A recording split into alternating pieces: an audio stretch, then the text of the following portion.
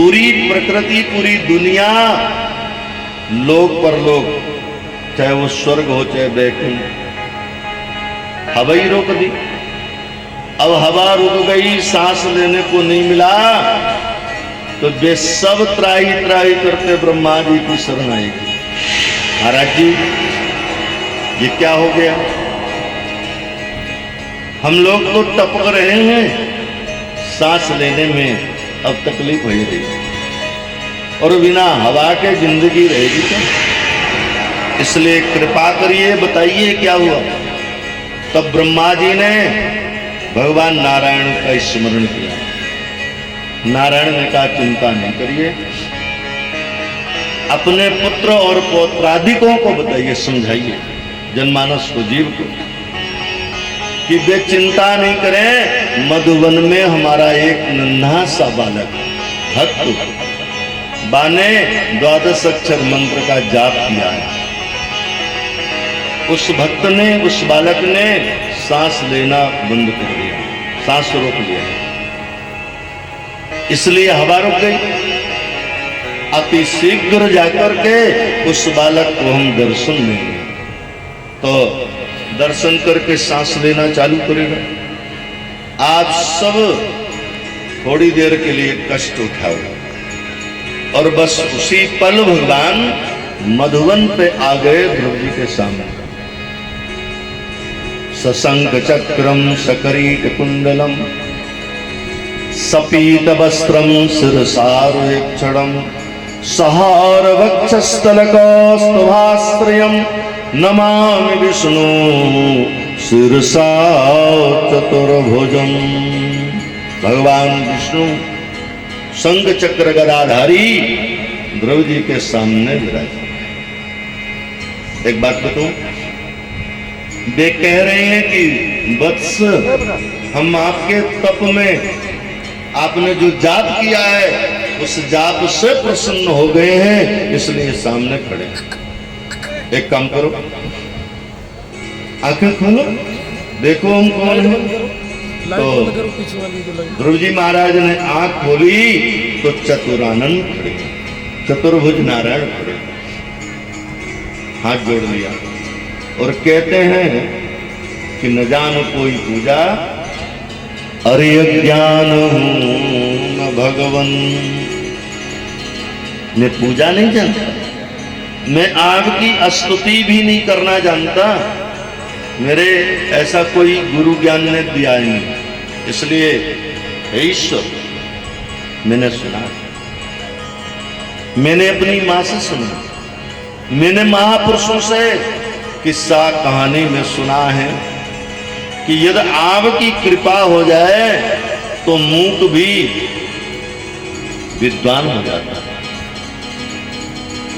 वे भी बोलते हैं, स्तुति करते हैं।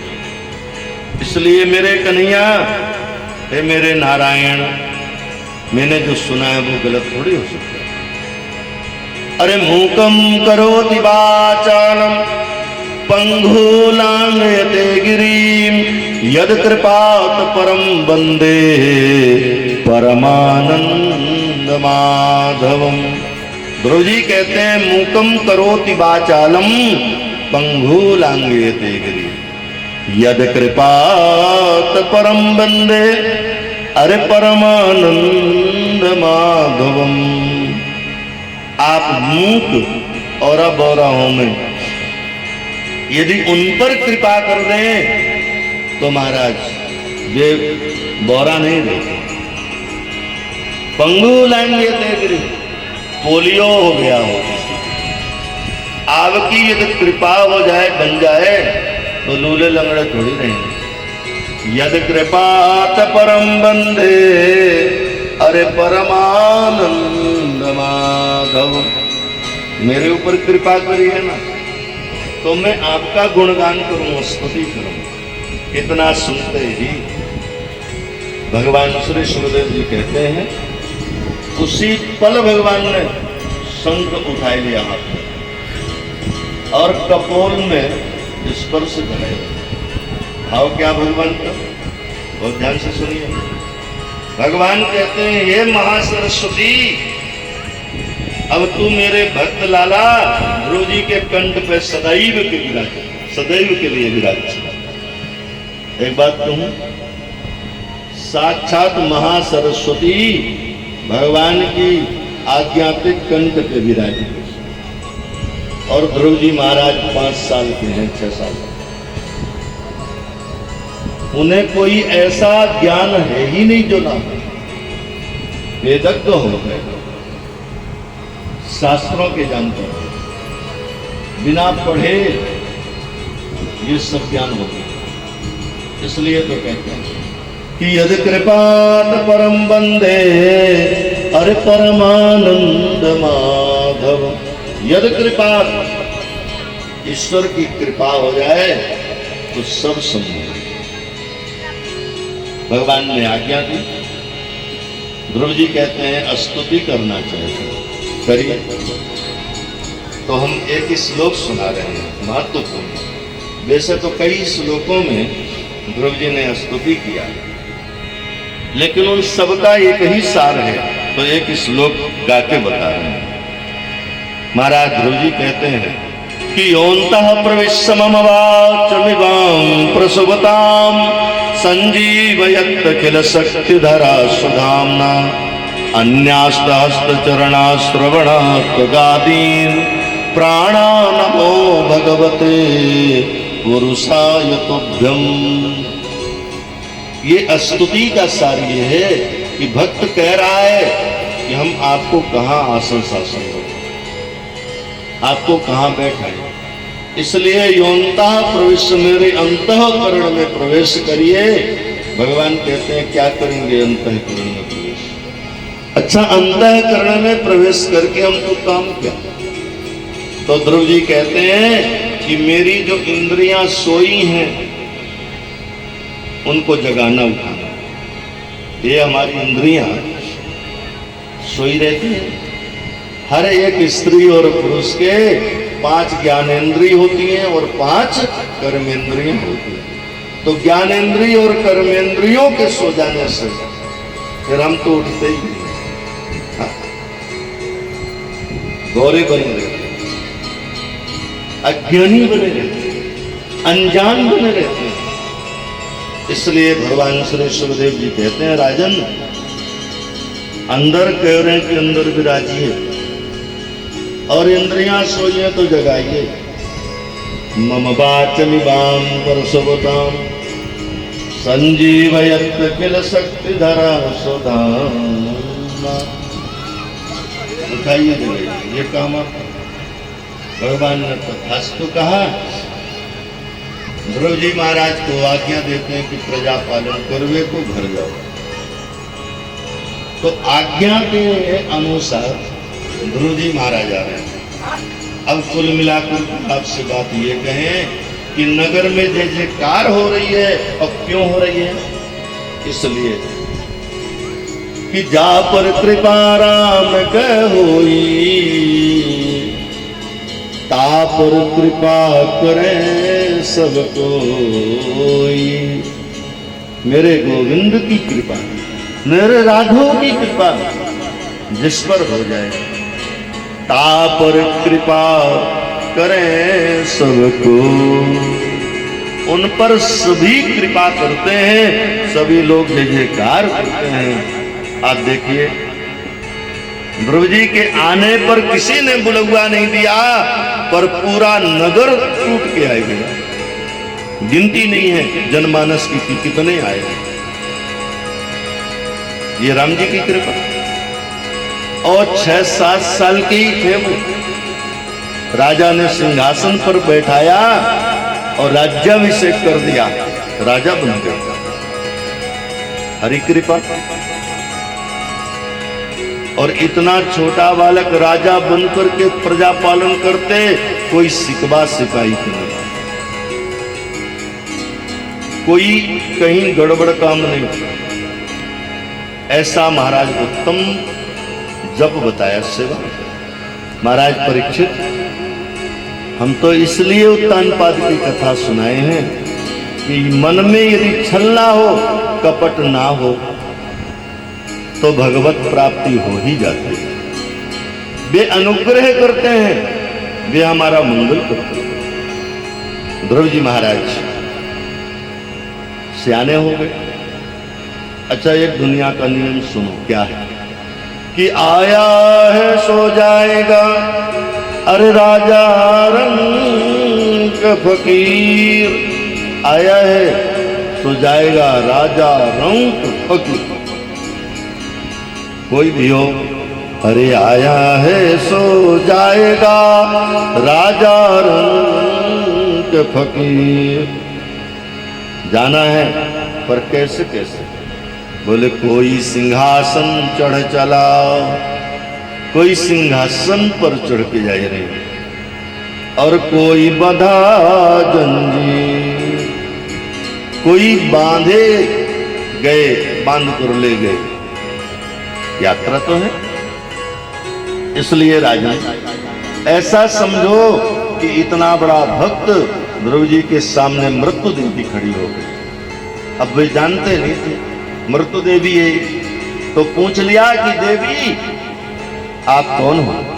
तो मृत्यु देवी ने हाथ जोड़ करके कहा कि ध्रुव जी मैं मृत्यु देवी हूं, आपको लेवे आई हूं, अब आपका शरीर त्याग होना चाहिए।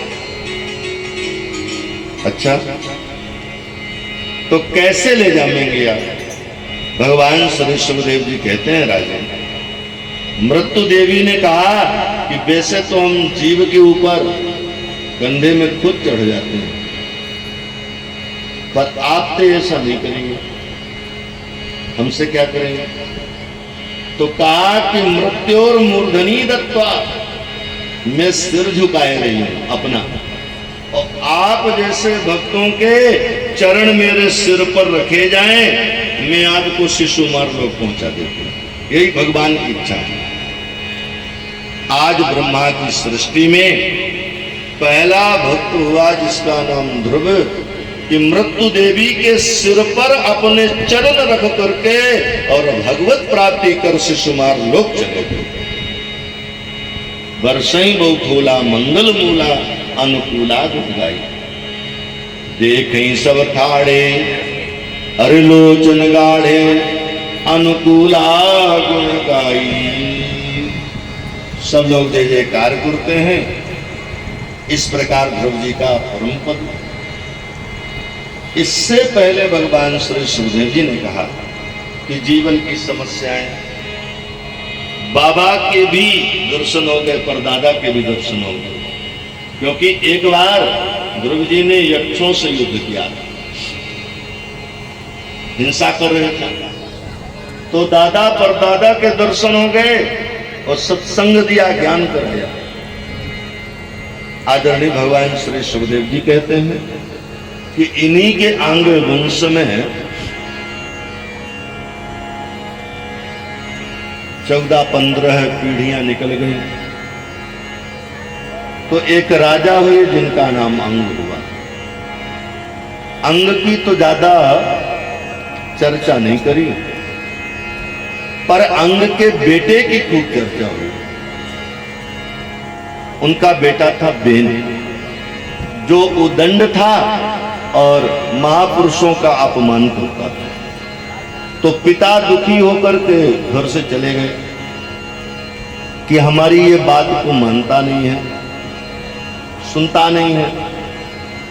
तो वो उदंडता के कारण चले गए। भृगु नाम के ऋषि मिले, बोले महाराज जी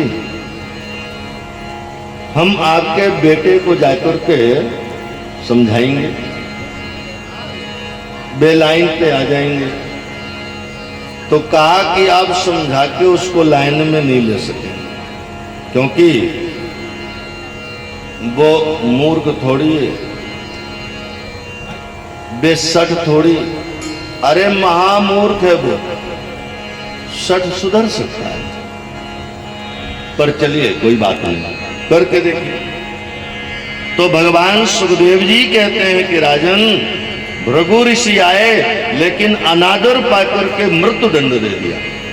ब्राह्मणों ने उनका बाहु मंथन किया, तो उससे स्त्री और पुरुष का प्रादुर्भाव हो गया।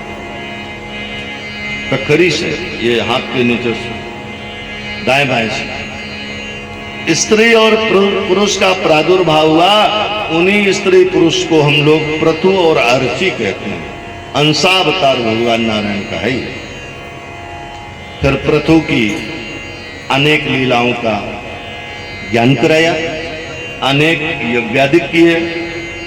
इनके वंश में महाराज प्राचीन बरही नाम के राजा हुए, सैकड़ों यज्ञ किए। लाल लाली देखन में गई, अरे मैं भी हो गई लाल।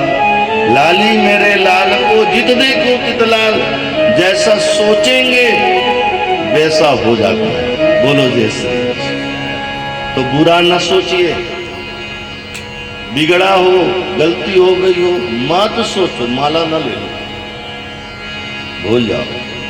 अच्छा करिए, अब अच्छा सोचिए।